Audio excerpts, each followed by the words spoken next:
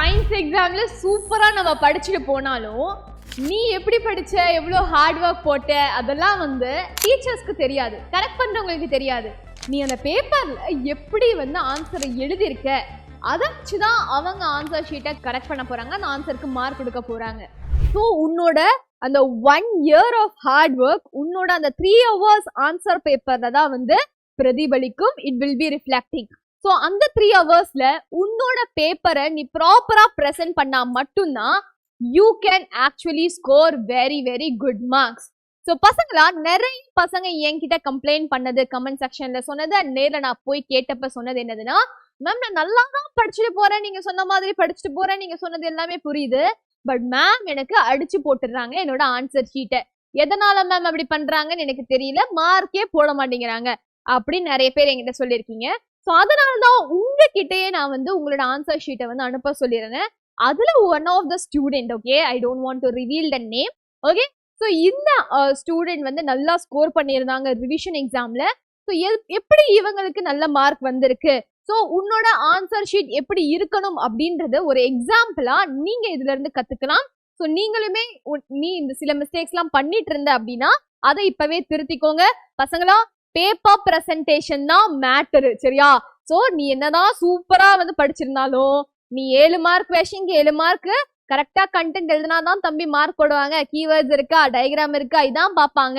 Ma'am நான் வந்து 2 page எழுதினேன், 3 பேஜ் எழுதினேன் அப்படின்னா அவங்க மார்க் போட மாட்டாங்க. ஸோ கரெக்டா இருக்கா, அதுதான் வந்து ரொம்ப முக்கியம். ஸோ இப்போ நம்ம எப்படி உன்னோட பேப்பரை ப்ரெசென்ட் பண்றது, அதுவும் நம்மளோட சயின்ஸ் பேப்பரை எப்படி ப்ரெசென்ட் பண்றது தான் இப்போ நம்ம வந்து பார்க்க போறோம், சரியா?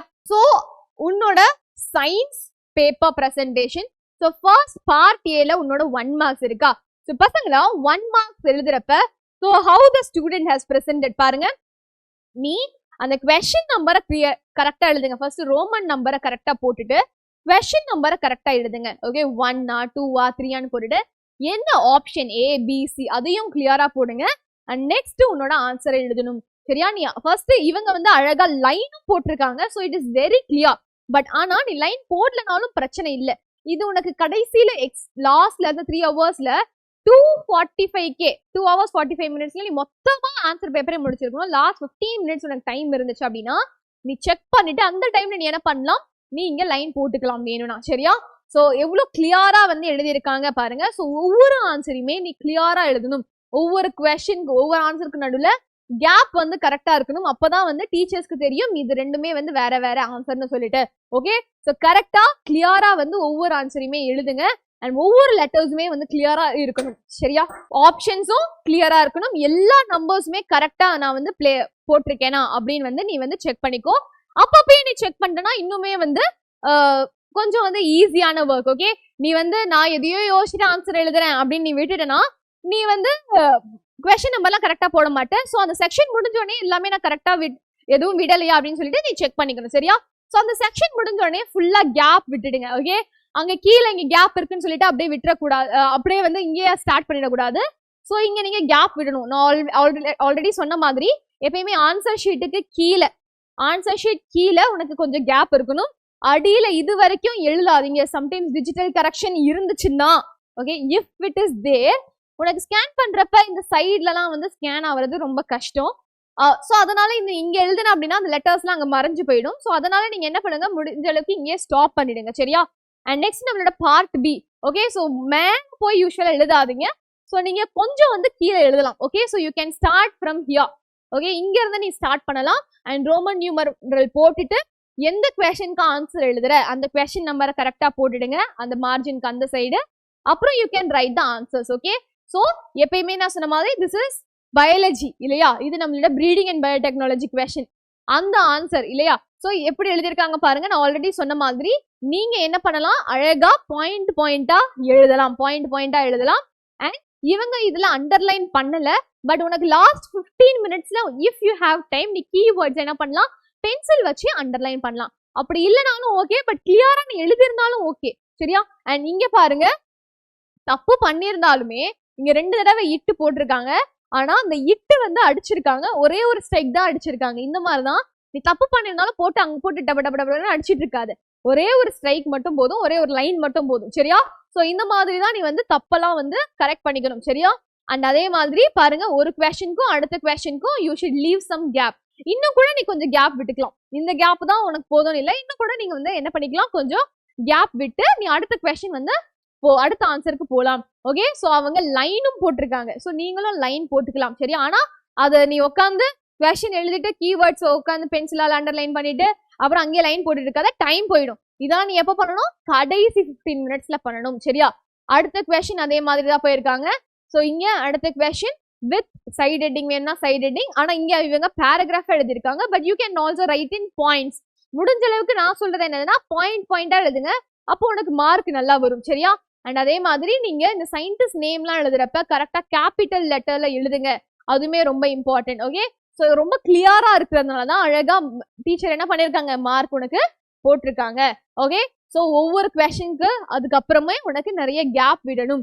ஓகே, சைட் ஹெட்டிங்கையும் இந்த ஸ்டூடெண்ட் வந்து அண்டர்லைன் பண்ணிருக்காங்க, ரொம்ப இம்பார்ட்டன்ட். ஸோ நீ கரெக்டான கொஸ்டின் நம்பரையும் போடணும். சரியா, ஓகே.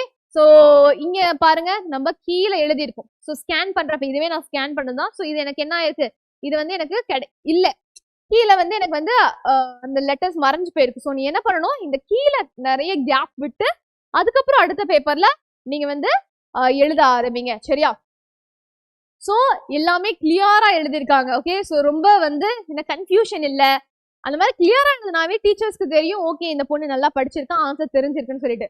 முடிஞ்ச அளவுக்கு நீங்க பாயிண்டா எழுதுனா இன்னுமே வந்து கொஞ்சம் பார்க்க நல்லா இருக்கும், பாயிண்ட்ஸ் ரொம்ப கிளியரா விசிபிளா இருக்கும். ஓகே, ஸோ பேராகிராஃபா எழுதுனீங்கன்னா இந்த மாதிரி நல்ல கேப் விட்டு கிளியரா எழுதுங்க. பாயிண்ட்ஸா எழுதுனா இன்னுமே வந்து பெஸ்ட் என்ன பொறுத்த வரைக்கும். சரியா, அப்பதான் மார்க்ஸ் கொடுக்கவும் ஈஸியா இருக்கும். ஓகே, எஸ், இது உன்னோட லாஸ்ட் இந்த 23rd சாப்டர். ஓகே, ஸோ ஏதாச்சும் மிஸ்டேக் இருந்தாலுமே just one strike is enough. Okay, yes, okay. And அடுத்த கொஸ்டின் நம்ம somatic gene therapy, germline gene therapy difference இல்லையா. ஸோ இங்க நம்ம டேபிளர் காலம் யூஸ் பண்ணி நம்ம எழுதணும். ஓகே, ஸோ இங்க வந்து ஆக்சுவலா பார்த்தோன்னா ஸ்கேல் யூஸ் பண்ணியிருக்காங்களான்னு தெரியல, பட் ஆனா நீங்க வந்து கிளியரா அந்த டேபிளர் காலம் போடுறப்ப லைன் ஸ்கேல் யூஸ் பண்ணி டேபிள் போடுங்க. சரியா, அண்ட் இங்க பாயிண்ட்லாம் வந்து A1 2 3 அந்த மாதிரி போட்டா இன்னும் பெட்டரா இருக்கும். சரியா, ஓகே. ஸோ இந்த பாயிண்ட்ஸ் எல்லாம் கிளியரா மென்ஷன் பண்ணிருக்கணும். ஓகே, ஸோ பார்ட் சி நம்மளோட 4 மார்க்ஸ் 2 மார்க்ஸ் முடிஞ்சிச்சு. 4 மார்க்ஸ்லயுமே ஒவ்வொரு பாயிண்ட்டும் நீ 1 2 3 அந்த மாதிரி போட்டோம்னா இன்னும் பெட்டரா இருக்கும். சரியா, இங்க வந்து ஸ்டார் போட்டிருக்காங்க, அதுக்கு பதிலா நீ வந்து என்ன பண்ணலாம், 1 2 3 போட்டோம்னா இன்னும் கிளியரா இருக்கும், ஏபிசின்னு போடலாம். சரியா, ஓகே. பட் இதனாலும் ஃபைன் தான். ஓகே, இங்க பாருங்க ஒவ்வொரு பாயிண்ட்டும் அவங்க கிளியரா எழுதிருக்காங்க, உனக்கு எந்த ஒரு கன்ஃபியூஷனும் இல்லை, டீச்சர்ஸ்க்கு அழகா புரியும் இதான் வந்து ஆன்சர்னு சொல்லிட்டு. Okay, examples with examples. எப்பயுமே நம்ம டேபிளர் காலம் நம்மளோட பயாலஜி பொறுத்த வரைக்கும் எங்கெங்கெல்லாம் உனக்கு சில விஷயங்கள் கேட்கறாங்களோ எக்ஸாம்பிள்ஸ் இருக்கா, எக்ஸாம்பிள்ஸ் போடு, டயக்ராம் இருக்கா, டயக்ராம போடு. ஓகே, ஏன்னா மார்க்ஸ் நம்ம மிஸ் பண்ணிடவே கூடாது. சரியா, அண்ட் 24th கொஸ்டின். ஸோ இங்க இம்பார்ட்டன்ஸ் ஆஃப் எத்தனோபாட்னி அவங்க பாயிண்டா எழுதுறாங்க, அழகா பாருங்க. எப்பயுமே she started from here, அவங்க டைரக்டா பாயிண்ட் இங்க இருந்து ஸ்டார்ட் பண்ணல, கொஞ்சம் மார்ஜின்ல இருந்து தள்ளி எழுதிருக்காங்க. அண்ட் எல்லா பாயிண்ட்டுமே எனக்கு ஒரே லைன்ல இருந்து ஒரே இடத்துல இருந்து ஸ்டார்ட் ஆகுது. இதுதான் வந்து பார்க்க வந்து நல்லா இருக்கும். சரியா, ஒரு பாயிண்ட் இங்க ஸ்டார்ட் ஆகுது, இன்னொரு பாயிண்ட் இங்க, இன்னொரு பாயிண்ட் இங்க, இன்னொரு பாயிண்ட் இங்க அப்படின்லாம் ஸ்டார்ட் ஆனா it won't give you a neat look. It won't give you a neat look. So எல்லா பாயிண்ட்டுமே உனக்கு ஒரே லைன்ல வந்து ஸ்டார்ட் ஆகுற மாதிரி நீங்க எழுதணும். சரியா, அண்ட் ரொம்ப இந்த ஓரத்துக்குமே வந்து போயிடக்கூடாது. சரியா, எஸ். ஸோ 4 மார்க்ஸ் அழகா கொடுத்துருக்காங்க பாருங்க. Okay, so next 25th question hybrid vigour. So முடிஞ்ச அளவுக்கு டெஃபினிஷனை அப்படியே வந்து ரெப்ளிகேட் பண்ணுங்க, நீயே ஓனாவா எழுதாத.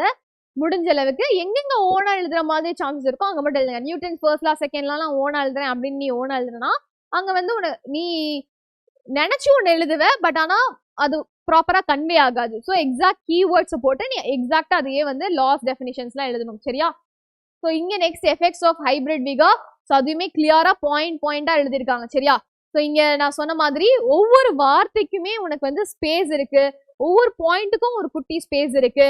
ஓகே, இதெல்லாம் வந்து கிளியரா பாத்துக்கோங்க. இப்போ உன்னோட ஆன்சர் பேப்பரை நீங்க வந்து கம்பேர் பண்ணி பாருங்க, நான் எப்படி எழுதியிருக்கேன். இப்ப இந்த கொஸ்டினுக்கு மேம் மார்க் 4 மார்க் கொடுத்துருக்காங்க, இதே கொஸ்டினை நான் எழுதுனேன்னா நான் இப்படி எழுதுவேன்னு சொல்லிட்டு நீ வந்து கம்பேர் பண்ணி பாரு. ஸோ அதுக்கு மேம் வந்து 4 மார்க் கொடுக்க முடியுமா, நீயே வந்து ஒரு டீச்சர் பெர்ஸ்பெக்டிவ்ல யோசிச்சுப்பாரு. சரியா, இதே பாயிண்ட் நான் எழுதியிருக்கேனா, இதே மாதிரி எழுதியிருக்கேனா. ஓகே, நீ வந்து ஜஸ்ட் ப்ரொடக்ஷன் ஆஃப் மில்க் அப்படின்னு மட்டும் எழுதிருக்கியா, இல்ல இன்க்ரீஸ் இந்த ப்ரொடக்ஷன் ஆஃப் மில்க் அப்படி எழுதிருக்கியா, அதெல்லாம் வந்து கிளியரா பாருங்க. ஏன்னா அப்பதான் வந்து உனக்கு மார்க் வந்து போடுவாங்க. சரியா? நெக்ஸ்ட் என்னடா? நெக்ஸ்ட் நம்மளோட டிஃபரன்ஷியேட் கொஸ்டின் டைப் 1 டைப் 2 டயாபெட்டிஸோட டிஃபரன்ஸ். ஸோ இங்கேயுமே வந்து அவங்க என்ன பாருங்க, கரெக்டா 4 மார்க்ஸ்க்கு அழகா 4 மார்க்ஸ் அளவு தான் அவங்க வந்து என்ன பண்ணிருக்காங்க, ஆன்சர் எழுதிருக்காங்க. 4 மார்க்ஸுக்கு 7 மார்க் அளவுக்கு நிறைய கொஸ்டின் ஆன்சர்லாம் எழுதல. 2 மார்க்ஸ்க்கு எவ்வளவு வேணுமோ 2 மார்க்ஸ் அவ்வளவுதான் எழுதிருக்காங்க. 4 மார்க்ஸ்க்கு எவ்வளவு வேணுமோ அவ்வளவுதான் எழுதிருக்காங்க. ஓகே, 4 மார்க்ஸ் பாருங்க, இதுல இருந்து இவ்வளவுதான். இதுக்கு மேல இந்த பாயிண்ட் எழுத முடியாது. எனக்கு தெரியும் நான் நல்லா படிச்சேன் அப்படின்னு சொல்லிட்டு 10 பாயிண்ட் எழுதுனா அவங்களால 4 மார்க் தான் கொடுக்க முடியும். சரியா? இங்க பாருங்க, இதுவும் 4 மார்க்ஸ் கொஸ்டின். ஸோ 4 மார்க்ஸ்க்கு எவ்வளவு எழுத முடியுமோ எல்லா பாயிண்ட்டும் இருக்கு. அவ்வளவுதான், 4 மார்க்ஸ் அவங்க கொடுத்துட்டாங்க. டீச்சர் வந்து எவ்வளவு எழுதிருக்காங்க அதெல்லாம் வந்து பார்க்கல, பாயிண்ட் இருக்கா அவ்வளவுதான் வந்து பார்ப்பாங்க. ஓகே, ஸோ நெக்ஸ்ட் நம்மளோட பாருங்க, இது டைப் 1 டைப் 2 டயாபெட்டிஸ் அந்த கொஸ்டின். இது நம்மளோட டிரான்ஸ்மிஷன் ஆஃப் HIV. பாயிண்டா எழுதுறதுனால எல்லா பாயிண்ட்டும் இருக்கு, அவ்வளவுதான். டிக்கு 4 மார்க்ஸ் கொடுத்துட்டாங்க. சரியா? And next advantages of using biogas. இதுவுமே பாயிண்ட்ஸ் இருக்கா, மார்க் கொடுத்துருக்காங்க. சரியா? ஸோ ஒவ்வொரு கொஸ்டினுக்கு ஒவ்வொரு ஆன்சருக்கு அப்புறமே நீ வந்து லைன் விடணும், கேப் வந்து விடணும். ஓகே, அண்ட் நெக்ஸ்ட் நம்மளோட 30 செகண்ட் கொஸ்டின். இது கம்பல்சரி கொஸ்டின். ஓகே, இங்க வந்து பார்த்தனா இங்கதான் என்ன பண்ணிருக்காங்க, 1 மார்க் வந்து கம்மி பண்ணிருக்காங்க. Okay, so measures that can be taken to save electricity. So இங்க வந்து ப்ரிவென்ஷன் ஆஃப் வாட்சிங் TV for a long time. Okay, so இது வந்து ப்ராப்பரான பாயிண்ட் இல்ல. Okay, so exact valid point இல்ல அப்படின்றதுனால இதை வந்து என்ன பண்ணிருக்காங்க, அண்டர்லைன் பண்ணி இங்க வந்து மார்க் வந்து கம்மி பண்ணிருக்காங்க. ஸோ நீ வேலிட் பாயிண்ட்ஸ் எழுதுனா மட்டும்தான் உனக்கு வந்து மார்க் கிடைக்கும். ஸோ இங்கதான் 3 மார்க்ஸ் வந்து கொடுத்துருக்காங்க, 1 மார்க் போயிருக்கு. சரியா? ஸோ மற்ற பாயிண்ட்ஸ் உனக்கு வேலிடா இருக்கு. இப்போ பார்ட் டி நம்மளோட 7 மார்க்ஸ் கொஸ்டின். ஓகே, எந்த ஆப்ஷனை நீ சூஸ் பண்ற, எந்த கொஸ்டினை சூஸ் பண்ற, 33rd கொஸ்டின்ல ஏவா பியா அதை கிளியரா மென்ஷன் பண்ணு. நீ 33rdல ஏ அட்டென்ட் பண்ணிட்டு பி போட்டுட்ட அப்படின்னா உனக்கு வந்து மார்க் வராது. ஓகேயா? ஸோ அதை நீங்க கிளியரா வந்து தெரிஞ்சுக்கணும். ஓகே, ஸோ இங்கேயுமே gene cloning question. Okay, so ரொம்ப கிளியரா வந்து எழுதணும். இங்க வந்து ஆக்சுவலா பார்த்தோன்னா கொஞ்சம் கடைசியில வந்து கொஞ்சம் ஃபாஸ்டா எழுதியிருக்காங்கன்னு நினைக்கிறேன். ஸோ அதனால வந்து ஹேண்ட் ரைட்டிங் வந்து கரெக்ட் கிளியரா தான் இருக்கு. பட் ஆனால் இட் ஷோஸ் ஸ்டார்டிங்கை விட இங்க வந்து கொஞ்சம் ஃபாஸ்டா எழுதிருக்கிற மாதிரி தெரியுது. ஸோ அதனால நீங்க ஸ்டார்டிங்ல இருந்தே வந்து என்ன பண்ணணும், ஸ்பீடா எழுத ஆரம்பிங்க. ஓகே, அப்பதான் வந்து மொத்த பேப்பரும் உனக்கு ஒரே மாதிரியே இருக்கும். சரியா? ஓகே, அண்ட் நெக்ஸ்ட் பாருங்க 34th கொஸ்டின். 34th கொஸ்டின்லயுமே கரெக்டா அந்த topic, content, side ending, content, side ending ப்ராப்பரா எழுதிட்டு அதுல இருக்கிற கண்டென்ட் இங்க இருந்து ஸ்டார்ட் பண்ணிருக்காங்க. இவ்வளவு கிளியரா இருக்கு. ஓகே, அந்த மாதிரி நீயும் என்ன பண்ணணும், சைட் எண்டிங் கிளியரா வந்து உனக்கு தெரியற மாதிரி நீ வந்து எழுதணும். சரியா? Okay, so 34th question and this is the last question. And டயக்ராமுமே எவ்வளோ கிளியரா வந்து இந்த ஸ்டூடெண்ட் எழுதியிருக்காங்க பாருங்க, வரைஞ்சிருக்காங்க பாருங்க. இது ஆக்சுவலா வந்து நான் ஸ்கேன் பண்ணதுனால மொத்தமா பிளாக்கா இருக்கு. இது வாஸ் இந்த பென்சில். ஓகே, இதுவுமே வந்து இன்னுமே வந்து ஆக்சுவலா this is so nice diagram. இன்னொன்னு என்ன பண்ணலாம், கிளியரா வந்து மென்ஷன் பண்ணிருக்கலாம். ஸோ ஆக்சுவலா என்ன பொறுத்த வரைக்கும் what they can do is இந்த பேஜ்ல வரைகிறதுக்கு பதிலா அடுத்த பேஜ்ல கூட வரைஞ்சிருக்கலாம். ஓகே, அடுத்த பேஜ்ல வரைஞ்சிருந்தா இன்னுமே வந்து கிளியரா இருக்கும். அண்ட் இங்க வந்து கொஞ்சம் கொச்சன்னு ஆயிடுச்சு. பட் இருந்தாலும் இந்த டயக்ராம் வாஸ் கிளியர். ஸோ அதனால குட் போட்டிருக்காங்க நம்மளோட மேம் டீச்சர் வந்து. ஸோ அதனால இங்க வந்து கொஞ்சம் கொச்சன்னு இருந்தாலும் இட் வாஸ் கிளியர். பட் நீங்க என்ன பண்ணலாம், அதுக்கேற்ற மாதிரி எல்லா இதுவுமே ஒரே சைஸ்ல வரைஞ்சிருந்தா இன்னும் ஈஸியா இருக்கும். இங்க இருக்கலாம் கொஞ்சம் சின்ன சைஸ்ல வரைஞ்சிருக்கலாம். Okay, so but this is so good. Okay, so எல்லாமே கிளியரா மென்ஷன் பண்ணிருக்காங்க. பாத்தியா, இது டிஎன்ஏ அப்படின்னு சொல்லிட்டு லேபிளிங் பண்ணிருக்காங்க, இது ஹியூமன் சொல்லி லேபிள் பண்ணிருக்காங்க. ஓகே, எங்கெங்க லேபிள் பண்ணுமோ அங்க ப்ராப்பரா லேபிள் ஆயிருக்கு, ஏரோ மார்க்ஸ் கரெக்டா இருக்கு. ஓகே, ஸோ இந்த மாதிரி உன்னோட டயக்ராம்ஸ் வந்து இருந்துச்சுன்னா கண்டிப்பா உனக்கு 7 out of 7 உனக்கு உங்க மேம் வந்து கொடுப்பாங்க. பசங்களா, கண்டிப்பா இதனால உனக்கு நான் இன்னைக்கு இந்த பேப்பரை ப்ரெசென்ட் பண்ணதுனால உனக்கு ஏதாவது ஒரு விஷயம் வந்து நீ வந்து கத்திருப்ப இல்லையா, மேம் நான் இந்த மிஸ்டேக் பண்ணிட்டு இருக்கேன், ஆனா எனக்கு இந்த ஆன்சர் ஷீட் பார்த்ததுக்கு அப்புறம் எனக்கு வந்து கரெக்ஷன் வந்து தெரிஞ்சிச்சு மேம், நான் என்ன கரெக்ட் பண்ணணும்னு சொல்லிட்டு. ஸோ நீங்க இந்த வீடியோல இருந்து, இந்த பிரசன்டேஷன் வீடியோல இருந்து எப்படி நான் என்ன கத்துக்கிட்டேன் அப்படின்னு சொல்லிட்டு நீங்க எனக்கு கமெண்ட் செக்ஷன்ல சொல்லுங்க. Okay ma'am, I will do this, எனக்கு இது வந்து தெரிஞ்சிச்சுன்னு சொல்லிட்டு எனக்கு கமெண்ட் செக்ஷன்ல சொல்லுங்க. அப்பதான் அது மற்ற பசங்களுக்குமே யூஸ்ஃபுல்லா இருக்கும். பசங்களா, பேப்பர் பிரசன்டேஷன் தான் ரொம்ப முக்கியம். அந்த 3 மணி நேரத்துல பேப்பர்ல நீ என்ன எழுதுற அதுதான் உன்னோட மார்க்ஸை டிட்டர்மைன் பண்ணும். ஸோ இனிமேல் start writing a lot. Okay, நிறைய பேப்பர்ஸ் வந்து டெஸ்ட் மாதிரி எழுதி பாருங்க, நிறைய கொஸ்டின் பேப்பர் ப்ராக்டிஸ் பண்ணுங்க. ஜஸ்ட் நான் வந்து படிக்க சொல்லல, எழுதி பாருங்க. அப்பதான் வந்து உனக்கு அந்த பேப்பர் எப்படி ப்ரெசென்ட் பண்றது அந்த ஸ்கில் வந்து உனக்கு டெவலப் ஆகும். இப்ப கூட இல்ல எனக்கு மேம் இப்படி இல்ல என்னோட பேப்பர் அப்படின்னு நீ நினைச்சாலும் கவலைப்படாத, நீ இந்த மாதிரி பிராக்டிஸ் பண்ண ஆரம்பிங்க. ஓகே.